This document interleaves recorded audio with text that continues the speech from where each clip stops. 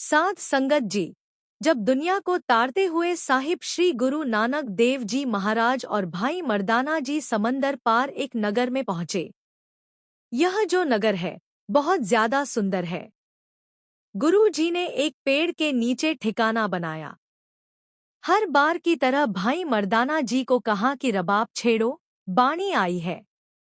भाई साहब जी ने रबाब बजाई, बाबा जी ने बाणी गाई और वहां के जो पशु पक्षी थे सबने महाराज का कीर्तन सुना। होनी थी करतार की। वहां एक बकरियां चराने वाला था संगत जी, और वह वहां चलता चलता आ गया, क्योंकि जो बकरियां चराने वाले होते हैं वे एक जगह टिक कर नहीं बैठ सकते। और जो बकरियां चराने वाला था उसका नाम था नूर। नूर जब 70 बकरियां चराते चराते आया तो उसने महाराज जी के दर्शन किए। भाई मर्दाना जी की तरफ देखा और उसे लगा, मैं जानता हूँ, सुनता रहा हूँ कि महापुरुष ऐसे होते हैं, संत पुरुष, भले पुरुष। यह भी कोई महापुरुष ही है, रब के प्यारे, क्योंकि इनका चेहरा भी बताता है, चेहरे का नूर, और बाकी परदेसी लगते हैं। इस बेचारे ने सुन रखा था कि अगर हम महापुरुषों की सेवा करते हैं तो कई बार वे वचन कर देते हैं और कोई दिल की इच्छा पूरी हो जाती है। वह कहता है, क्यों न इनकी सेवा की जाए, क्योंकि सेवा करने से मेवा मिलता है। यह उसने बुजुर्गों से कहीं सुना था। भोला भाला सीधा साधा इंसान था। जो इंसान सीधा होता है ना, गुरुमुख प्यारो, उसमें कोई छलकपट नहीं होता। कई बार वह छोटा सा उपदेश कमा लेता है, वरना बड़े बड़े पंडित लोग किताबें ग्रंथ पढ़कर भी उपदेश नहीं कमा सकते। अब दिल में दया आई, क्योंकि किसी को कोई चीज देना यह हाथों का गुण नहीं, यह दिल का गुण होता है। याद रखिएगा, जिसका दिल बड़ा नहीं है उसका हाथ कभी भी किसी को कुछ नहीं दे सकता। भले ही वह बकरियां चराता था, लेकिन उसका दिल बड़ा था। उसने बकरियों का दूध धोकर लोटा भर लिया और बाबा जी के आगे रख दिया।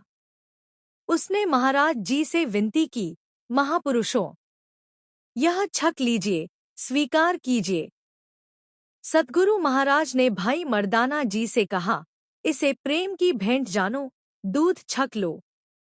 भाई साहब जी को बहुत भूख लगी थी। आप कह रहे थे, और हमने आपसे कहा था कि सबको रिज़्क देने वाला वाहेगुरु है। जब भाई मर्दाना जी पीछे परिवार की, बच्चों की फिक्र करते थे तो महाराज जी कहा करते थे कि सबको रिज़्क देने वाला वाहेगुरु है, फिक्र न किया करो। अब जो दूध था वह बकरियों वाला लेकर आया था। वह शुद्ध भावना से दुहा गया था, और भावना से की गई कोई भी बात, जो दिल से बात निकलती है, असर रखती है। गुरुमुख प्यारो, दिल से की गई अरदास पूरी हो जाती है। महाराज ने उसे पास बिठाया, उस बकरियां चराने वाले को प्यार दिया और कहा, प्यारे जी, बैठिए। महाराज कहते हैं, भाई, हमें एक बात बता। तू बकरियां चराते चराते यहाँ आ गया, तुझे आगे जाना होगा, तू यहाँ रुक क्यों गया? तेरे अंदर कोई तो बात थी जिसके कारण तू हमें देखकर यहाँ दूध धोकर लेकर आया। बिना कारण के तो कोई भी चीज नहीं होती। दुनिया में कोई हंस रहा है तो कारण है, कोई रो रहा है तो कारण है, कहीं जा रहा है तो कारण है, बैठा हुआ है कहीं नहीं जा रहा तो भी कोई कारण है, वह भी कोई वजह होती है। तब महाराज ने कहा, बता भाई, तेरे अंदर क्या इच्छा है? वह कहता है, महाराज, मैं झूठ नहीं बोलता, सच्ची बात कह देता हूँ, क्योंकि सीधा साधा इंसान था। कहता है, मेरे पास पैसे नहीं हैं, मैंने जिंदगी में आज तक बहुत दुख पाया है, हमेशा धक्के ही खाए हैं। और बुजुर्गों से मैंने सुना था कि जो फकीर लोग होते हैं, नाम जपने वाले महापुरुष होते हैं, वे मंगते भिखारी को भी राजा बना देते हैं। सुना है मैंने, बादशाह बना देते हैं। तो महाराज इतने तरस दया में आए, कहते हैं, भाई जी, तू चाहता क्या है? तू दिल की बात खोल कर बता। कहता है, पातशाह जी महाराज, मैं चाहता हूँ कि यह जो देश है, यह जो इलाका है, इसका राजपाट अगर मुझे मिल जाए तो मैं लोगों पर दया करूं, तरस करूं। क्योंकि यहाँ के जितने भी राजा बने हैं, कठोर बने हैं। अब देखिए संगत जी, कोई बकरियां चराने वाला इतनी बड़ी सोच रखता है। वह सारे राज्य का मालिक ही बनना चाहता है और हर इंसान ही सुख चाहता है।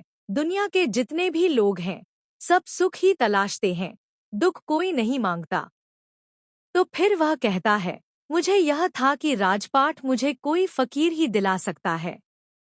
फकीर इंसान, कोई बंदगी वाला कोई वचन कर दे। इस कारण जब भी मैं किसी महापुरुष को देखता हूँ, मेरे दिल में दया आ जाती है। विश्वास के साथ मैंने आप जी को दूध पिलाया, महाराज। अब संगत जी, भोले भाले मिले रघुराई। यह कोई चालाकी नहीं थी, सीधा इंसान था। दिल में जो था, वह जुबान पर ले आया और महाराज जी को सब कुछ बता दिया। कहने लगा, गुरु महाराज, कृपा करो। अब सतगुरु महाराज कैसे दया करते हैं, आप देखिए। तो यह दिल से की गई अरदास कभी व्यर्थ नहीं जाती, बिरथी कदे न होवे जन की अरदास। तब फिर महाराज कहने लगे, भाई भाई मर्दाना जी, देखिए, इसने आप जी को दूध पिलाया है। आपने इनका दूध पिया है, आपकी नाम की इतनी कमाई है, आपने इतनी सेवा की है, इन्हें वरदान दीजिए ताकि इनके दिल की जो भी इच्छा है वह पूरी हो जाए। भाई मर्दाना जी हाथ जोड़कर कहने लगे, सच्चे पातशाह, मैं किसी को क्या देने के योग्य हूँ? मैं क्या दे सकता हूँ? महाराज, आप जी अंतर्यामी हैं, आप किसी को भी सब कुछ दे सकते हैं। पर महाराज कहते हैं, नहीं भाई, भाई मर्दाना जी, आपने इतने समय सेवा की है, सब कुछ आपके पास है। आपने इनका दूध पिया है, तो कुछ देने का फर्ज आपका ही बनता है। आपको भूख लगी थी, इन्होंने बिना पूछे बताए यह दूध का लोटा भरकर लाया और आपको बकरियों का दूध पिलाया है। अब आप भी ढील मत दीजिए और देरी मत कीजिए, खुले हाथों से सौगात दे दीजिए। फिर भाई मर्दाना जी ने बाबा जी से आज्ञा पाकर कुछ वचन कहे थे। गुरुमुख प्यारो, 3 वचन कहे थे। उन्होंने कहा, भाई, अगर तू 3 बातें मानेगा तो राजा बन जाएगा। क्या तू सचमुच राजा बनना चाहता है? बकरियां चराने वाला कहने लगा, जी बिल्कुल। यह मेरे दिल की बहुत समय से इच्छा है कि मैं प्रजा की सेवा करूं। भाई मर्दाना जी ने 3 वचन कहे और कहा, याद रखना, इन तीनों को पल्लू से बांधकर रखना। और गुरुमुखो, अगर आज भी इन वचनों को कोई सिख मान लेगा तो सच मानिए, वह भी फिर राजा ही बन जाएगा। इसीलिए फिर भाई मर्दाना जी ने पहला वचन कहा, सिर के जो बाल हैं, कभी भी इनकी बेअदबी नहीं करनी। रोमों की और बालों की बेअदबी कभी नहीं करनी, बालों का सम्मान करना है। बकरियां चराने वाला हाथ जोड़कर खड़ा हो गया, महाराज, यह बात मैं जरूर मानूंगा। फिर आज के बाद मैं सिर पर बाल रखूंगा, सतवचन। अब दूसरा वचन भाई मर्दाना जी करते हैं, कहने लगे, जब रात का चौथा पहर हो जाए, तब जाग जाया कर। वह भोला था, कहने लगा, जी, रात का चौथा पहर कब होता है? तो भाई साहब जी कहते हैं, अमृत वेला। सूरज निकलने से पहले पहले जाग जाना है, स्नान करना है। महाराज सच्चे पातशाह जी के प्यारे भाई मर्दाना जी बहुत प्यार से समझाते हैं, अमृत वेला सचु नाव वडियाई विचारू। अब भाई मर्दाना जी कहते हैं, प्यारे जी, बकरियों को संभालने का काम किरत करते हो, पर सतनाम का जाप भी जपा करो। अमृत वेले जागना और सतनाम का जाप करना है, यह जाप ही आपको राजा बनाएगा। और बकरियों वाले ने कहा, सतवचन। तीसरा वचन किया जी भाई मर्दाना जी ने, जो कर्म नेक कार्य आप कर चुके हो, इसे छोड़ना नहीं। बकरियों वाले ने पूछा, कौन सा कर्म? कहते हैं, जब भी यहाँ इस नगर में कोई भी चलकर आए, कोई नाम जपने वाली रूह आ जाए, साधु संत आ जाए, तो जैसे आपने हम पर दया करके दूध पिलाया है, वैसे ही उन्हें भी दूध पिला दिया करना। आपका दसवंध भी ऐसे ही निकल जाया करेगा। आप देखोगे, जब ये तीनों वचन कमाओगे, तो एक दिन ऐसा आएगा जब आप राजा बन जाओगे। अब वह जो बकरियां चराने वाला था, उसने इन तीनों वचनों को पल्लू से बांध लिया। और ऐसा नहीं कि उसने एक बात मान ली, बाल रख लिए, पर अमृत वेला नहीं संभाला। नहीं, उसने बाल भी रखे, अमृत वेला भी संभाला और गुरुमुख प्यारो आए गए साधु संतों की टहल सेवा भी की। वहां अब सद्गुरु महाराज सच्चे पातशाह जी के वचन माने, शुक्राना किया। इतनी देर में क्या हुआ, वहां एक जुलाहा भी आ गया चलकर। अब जो जुलाहा चलकर आया था, उसके हाथ में एक कालीन, गलीचा, बहुत सुंदर था। उसने अपने हाथों से तैयार किया था। उसके दिल में भी एक बात थी कि जब भी किसी महापुरुषों के पास जाते हैं, माथा टेकते हैं, तो चाहे एक दमड़ी, सिक्का ही टेक दो, खाली हाथ नहीं जाते जब कुछ पाना हो। अब जब उसने महाराज के दर्शन किए, तो आकर कहने लगा, महापुरुषों, मुझ पर रहमत कीजिए, मैं आप जी के लिए एक प्रेम की भेंट लेकर आया हूँ। यह कालीन आप जी अपने नीचे बिछा लीजिए। तो महाराज पता है क्या कहने लगे? सच्चे पातशाह जी, गुरु जी कहते हैं, धरती का कालीन बिछा हुआ है। वाहेगुरु परमेश्वर ने ऐसा कालीन बिछाया है जो कभी पुराना नहीं होता। इतनी नम्रता थी सद्गुरु में। शब्दों में मिठत नीवी नान का गुण चंग्याया ततु। महाराज कहते हैं, हम जिस धरती पर बैठे हैं, परमात्मा ने कालीन ही तो दिया है। इस पर हम विराजे हुए हैं, हम ऐसे ही ठीक हैं। वह कहने लगा, नहीं प्यारे जी, आप यह कालीन बिछा लीजिए, यह मेरे दिल की इच्छा है। अगर यह आपके दिल की इच्छा है और इसे हम इस्तेमाल करें, तो आप एक काम कर दीजिए। सामने देखिए। जब जुलाहे ने सामने देखा, तो क्या देखता है? एक कुतिया है जिसने बच्चे दिए हुए हैं, सूई हुई है। महाराज कहते हैं, अगर आप चाहते हो कि आपका लाया हुआ कालीन स्वीकार हो जाए, आपकी सेवा सफल हो जाए, तो जाओ, जाकर वह कुतिया जिसने बच्चे दिए हैं, ध्यान से देखो, कितनी कांप रही है। इस सर्दी में कांप लग रही है, मौसम सर्दी का है। तो कालीन ऐसा करो, उसके ऊपर डाल दो। एक काम और करना, चूरी कूटा करना, रोटी का चूरमा बनाना, और वह लाकर उसको रोज खिला दिया करना। अब गुरु महाराज सच्चे पातशाह जी के वचन हो गए हैं। कहने लगे, ये दरवेश होते हैं, और कई बार हम इस तरह भी कह देते हैं कि ये बेजुबान होते हैं। नहीं, महाराज कहते हैं, इनकी भाषा दूसरी होती है जो हमको समझ नहीं आती। यह दरवेश है, शाह। जब आप अपने हाथों से बुना हुआ कालीन इसके ऊपर दोगे, और गुरुमुख प्यारो, महाराज ने कहा, जब आप इसको चूरी खिलाओगे, तो आपको बहुत बड़ा आशीर्वाद मिल जाएगा। आप देखना आपकी जिंदगी कैसे बदल जाएगी। भाई मर्दाना जी कहने लगे, बाबा जी, अगर आज्ञा हो तो मैं इससे कुछ पूछ सकता हूँ। जैसे पहले बकरियां चराने वाला आ गया था, उसने दूध पिलाया था, भावना मन में थी, इच्छा तो थी कि राजा बन जाऊं। महाराज, यह किस भावना से आया है, पूछूं जी मैं? सद्गुरु महाराज से आज्ञा पाकर पूछने लगे। कहते हैं, बताइए जी, आप यह कालीन लेकर आए हैं, कोई न कोई तो बात होगी। मन में कुछ मांगना होगा सद्गुरु जी से, बताइए जी, दिल में क्या बात है? वह कहता है, महापुरुषों, मेरे घर पुत्र नहीं होता।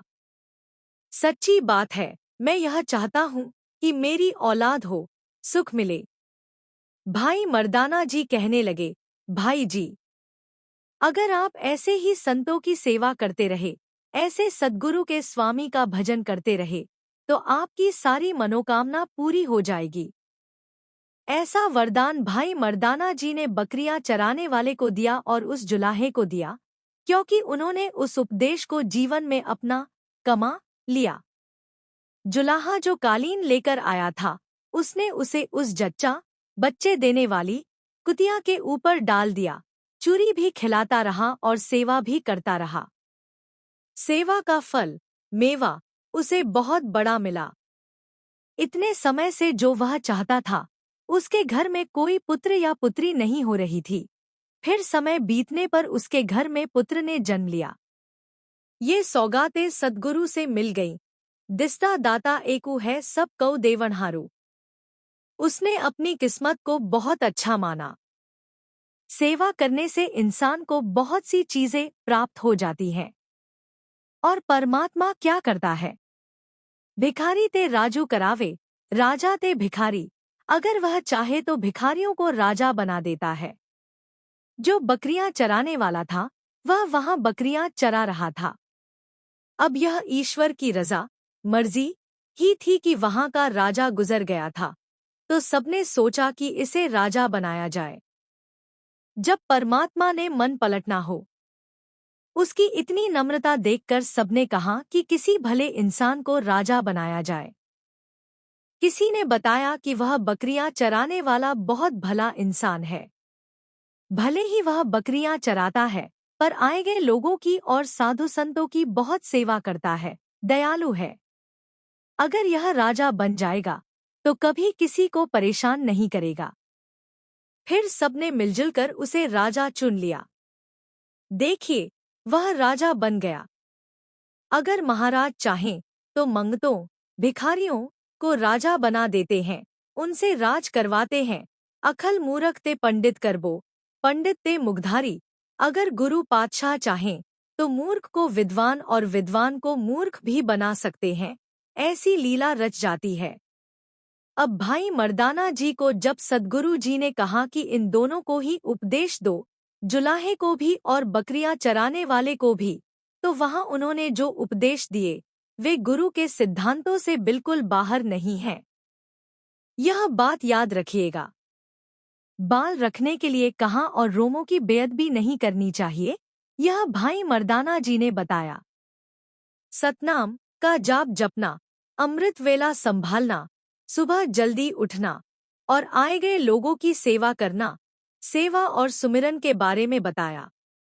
तो ये सारी बातें जो भाई मर्दाना जी ने कहीं, यह वही थी जो बाबा जी, गुरु नानक देव जी, उदासियों, यात्राओं के दौरान दूसरे सिखों और सेवकों को उपदेश देते रहे थे।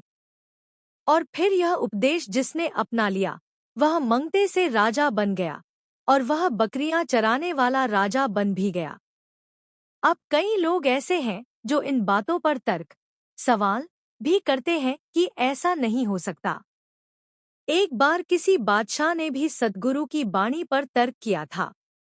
जब शाहजहां का बेटा बीमार हुआ था, तब उसने गुरु हरराय साहब जी से मदद मांगी थी, क्योंकि महाराज के पास कीरतपुर साहब की पवित्र धरती पर बहुत बड़ा दवाखाना अस्पताल था। उसके बाद शाहजहां गुरु घर की महिमा को मानने लग गया था और गुरबाणी सुनने लग गया था। कहते हैं, एक दिन जब शाहजहां ने गुरबाणी में यह सुना, नदरी उपठी जे करे सुल्ताना घाहू करायदा, जिसका अर्थ था कि अगर वाहेगुरु कुपित, नाराज दृष्टि डाल ले तो दुनिया के जो राजा होते हैं उन पर गुस्से की नजर करे तो उन्हें तिनके से भी हल्का कर देता है, घास के तिनके जैसा बना देता है, चाहे वे जहां मर्जी चले जाएं, फिर उन्हें पनाह खैर नहीं मिलती। अब शाहजहां ने जब यह पंक्ति सुनी तो गुरुमुख प्यारो कहने लगा, मैं इस बात को नहीं मानता। ऐसा नहीं हो सकता कि एक राजा हो और उसे खाने के लिए कुछ भी न मिले और उस पर इतने बुरे दिन आ जाएं।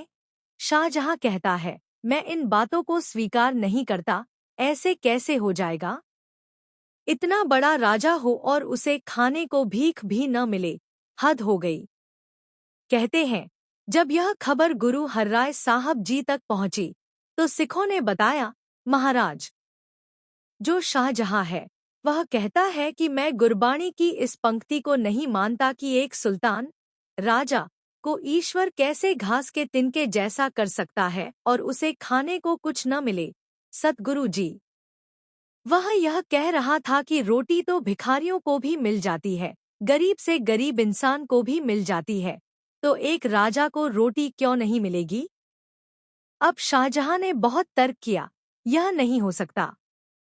बाकी मैं बातों से सहमत हूँ, गुरु घर की जो मर्यादा है, पर यह पंक्ति जो बाबा नानक जी की है, यह मेरी समझ से परे है। उस वक्त गुरु हरराय साहब जी ने कहा था, जैसी मैं आवे खसम की बाणी तैसड़ा करी ज्ञानु वे लालो। यह बाणी हमारी नहीं है, यह बाणी अकाल पुरख परमेश्वर की है। जिसकी बाणी है वह इस शाहजहां राजा को जवाब अपने आप ही दे देंगे।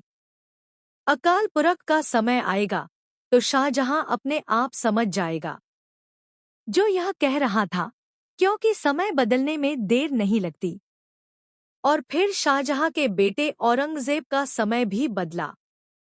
जब वह गद्दी पर बैठा तो उसने क्या किया, हम सभी जानते ही हैं। अपने भाइयों का कत्ल करके वह गद्दी पर बैठा। शाहजहां का बेटा था औरंगजेब। सगे भाइयों को जेल में डाल दिया, सगी बहन को कत्ल करवा दिया, अपने पिता शाहजहां को आगरा के किले में कैद कर दिया। कहने को तो औरंगजेब कहता था कि मैं 5 वक्त नमाज भी पढ़ता हूँ, तस्बीह माला भी फेरता हूँ, पर संगत जी देखिए कितना दुष्ट था, कितना पापी था, जिसने न अपने भाई छोड़े, न बहन छोड़ी, न पिता को छोड़ा। जिस पिता ने उसे जन्म दिया उसे भी जेलखाने में बंद कर दिया। और गुरुमुख प्यारो कहते हैं, जब औरंगजेब ने सबको हुक्म दिया कि मेरे भाइयों को और मेरे पिता को पानी की एक बूंद भी कोई नहीं पूछेगा और न कोई पिलाएगा। अगर किसी ने गलती से भी उन्हें पानी की एक बूंद दी तो उसे मैं मौत के घाट उतार दूंगा। अब सब औरंगजेब के हुक्म से डरते थे। तो उस वक्त क्या होता था, जब गर्मी में पानी का एक घड़ा रख दिया जाता था तो वह पूरे दिन में खत्म हो जाता था। शाहजहां और पानी मांगता था कि मुझे पीने के लिए पानी दे दो, तो कहते, आज का पानी तेरा खत्म हो गया है, अब तुझे पानी नहीं मिलेगा। और जो अहलाकार, कर्मचारी और सिपाही औरंगजेब ने रखे हुए थे, वे न शाहजहां को पानी देते और न उसके भाइयों को पानी देते। देखिए, परमेश्वर ने सच करके दिखाया। जो गुरबाणी में लिखा है वह तो सच है, हम यकीन करें या न करें। फिर शाहजहां को वे दिन याद आते हैं जब राज था, ठाट बाट के साथ रहता था, सिपाही होते थे, कचहरी लगती थी, हाथ जोड़कर नौकर चाकर खड़े हो जाते थे कि बताइए आप, क्या हुक्म है, आज पीने को पानी भी कोई नहीं दे रहा। नदरी उपठी जे करे सुल्ताना घाहू कराईदा, दरी मंगणी भिख न पाईदा। एक सुल्तान को, एक राजा को अगर ईश्वर चाहे तो घास के तिनके जैसा कर सकता है, मांगने पर भीख भी नहीं मिलती। पता चल गया कि बाबा जी की बाणी सच कहती है। शाहजहां जो तर्क करता था, कहता था कि मैं नहीं मानता था, उसे मानना पड़ा। संगत जी, यह तो बात है, परमात्मा को और बाणी को हम बाणी मानकर नहीं मानते। रिश्तेदारों को रिश्तेदार मानकर, पैसों को पैसा मानकर, चीजों को चीजें मानकर माने जा रहे हैं। याद रखना जी, नदरी उपठी जे करे सुल्ताना घाहू कराईदा, दरी मंगणी भिख पाईदा। शाहजहां ने एक दिन सिपाहियों से कह दिया था कि मैं तो राजा हूँ। जो जेल के बाहर सिपाही खड़े थे उनसे कहा, मुझे पानी तो पिला दो। सिपाहियों ने पता है क्या कहा? नहीं, इस वक्त हिंदुस्तान का राजा शाहजहां नहीं, तेरा बेटा औरंगजेब है। और सख्त हुक्म है कि तुझे पानी नहीं देना, नहीं तो हमें फांसी की सजा होगी। हमें अपनी जान प्यारी है, हम तुझे पानी नहीं दे सकते। कहते हैं, तब शाहजहां ने सिपाहियों से कहा, मुझे एक कागज, कलम और दवात दे दो। पानी नहीं देना तो मत दो, मैं अपने बेटे को चिट्ठी लिखना चाहता हूँ। सिपाहियों ने उसे कागज, कलम और दवात दे दी। उसने अपने बेटे औरंगजेब को चिट्ठी लिखी, कहा, हे औरंगजेब, तू मेरा बेटा है, पर तेरे से तो इस देश के हिंदू अच्छे हैं, जो अपने मरे हुए पूर्वजों, पिता, को पूजते हैं। तू जीते जी पानी नहीं पूछता, वे मरों को तो पानी देते हैं। इसीलिए मैंने तुझसे पीने के लिए पानी मांगा था। जब चिट्ठी औरंगजेब के पास पहुंची, तो उसने अपने पिता से कहा, तू बहुत मूर्ख है। अपने पिता को कहा कि तू मूर्ख है। कहता है, क्योंकि जब तुझे सिपाहियों ने यह कलम और दवात दी थी, तो उस दवात की स्याही को पीकर ही तुझे अपनी प्यास बुझा लेनी चाहिए थी, मुझे चिट्ठी लिखने के बजाय। क्योंकि मरने से पहले मैं तुझे पानी नसीब नहीं होने दूंगा, अब तुझे पानी नहीं मिलेगा। सो इस तरह वहां जो यह बात घटी। अब संगत जी, गुरबाणी के फरमान सच्चे होते हैं। आगरा के किले की जिस काल कोठरी में शाहजहां को बंद किया था, उस किले की दीवार में क्या था कि जब बारिश होती थी, तो सीलन, नमी पैदा होती थी। और जहां सीलन हो, वहां कई बार घास भी उगाती है। फिर उसने वह घास का तिनका तोड़कर खाया था। संगत जी, जब उसने वह घास अपने मुंह में डाली ना, तब उसे गुरबाणी का वह वचन याद आया कि कैसे परमात्मा चाहे तो सुल्तान को घास खाने पर मजबूर कर देता है। शाहजहां सोचता है, मैंने तो गुरबाणी पर तर्क किया था, पर गुरबाणी तो सच हो गई है। क्योंकि गुरबाणी जो है, इस जग मही चानो। बड़े बड़े उमरा, अमीर और बादशाह आते हैं, यहाँ बड़ी बड़ी हस्तियां मिटा दी गई हैं, मौत के घाट उतार दी गई है। ऐसी बड़ी तुम्हारी तादाद कोई नहीं, मिट्टी के घड़े की मियाद कोई नहीं। हम तो हर रोज ही घट रहे हैं, सांसें घट रही हैं। जैसे घड़े में डाला पानी रिसता जाता है, वैसे ही हमारे अंदर से सांसें रिस रही हैं। वह कहता है, देखो, मैं पहले हिंदुस्तान का बादशाह होता था, आज मुझे घास खानी पड़ी क्योंकि खाने को कुछ नसीब नहीं होता था। भूख भी एक बहुत बड़ा दुख है। एक बिछो, वियोग, दुख है, एक भूख दुख है। जब किसी से बिछो हो जाए, जिससे मोह हो, तो वह भी दुख होता है। और भूख भी एक बहुत बड़ा दुख होता है। गुरबाणी ने इन बातों पर मुहर लगाई है, तो इन बातों को हमें समझना चाहिए। गुरबाणी में जो लिखा है, वह सत्य है। हमें गुरबाणी पढ़नी भी चाहिए और गुरबाणी के अनुसार अपना जीवन बनाना चाहिए। भाई मर्दाना जी ने उस गडेरिए, बकरियां चराने वाले को अपना उपदेश दिया और सिख बना लिया। उस जुलाहे को उपदेश दिया और उसकी मनोकामना पूरी कर दी। गुरुमुखो, जिन्होंने भी वचनों को जीवन में अपनाया, उन्हें सुख मिल गया। भूल चूक की क्षमा। वाहेगुरु जी का खालसा, वाहेगुरु जी की फतेह।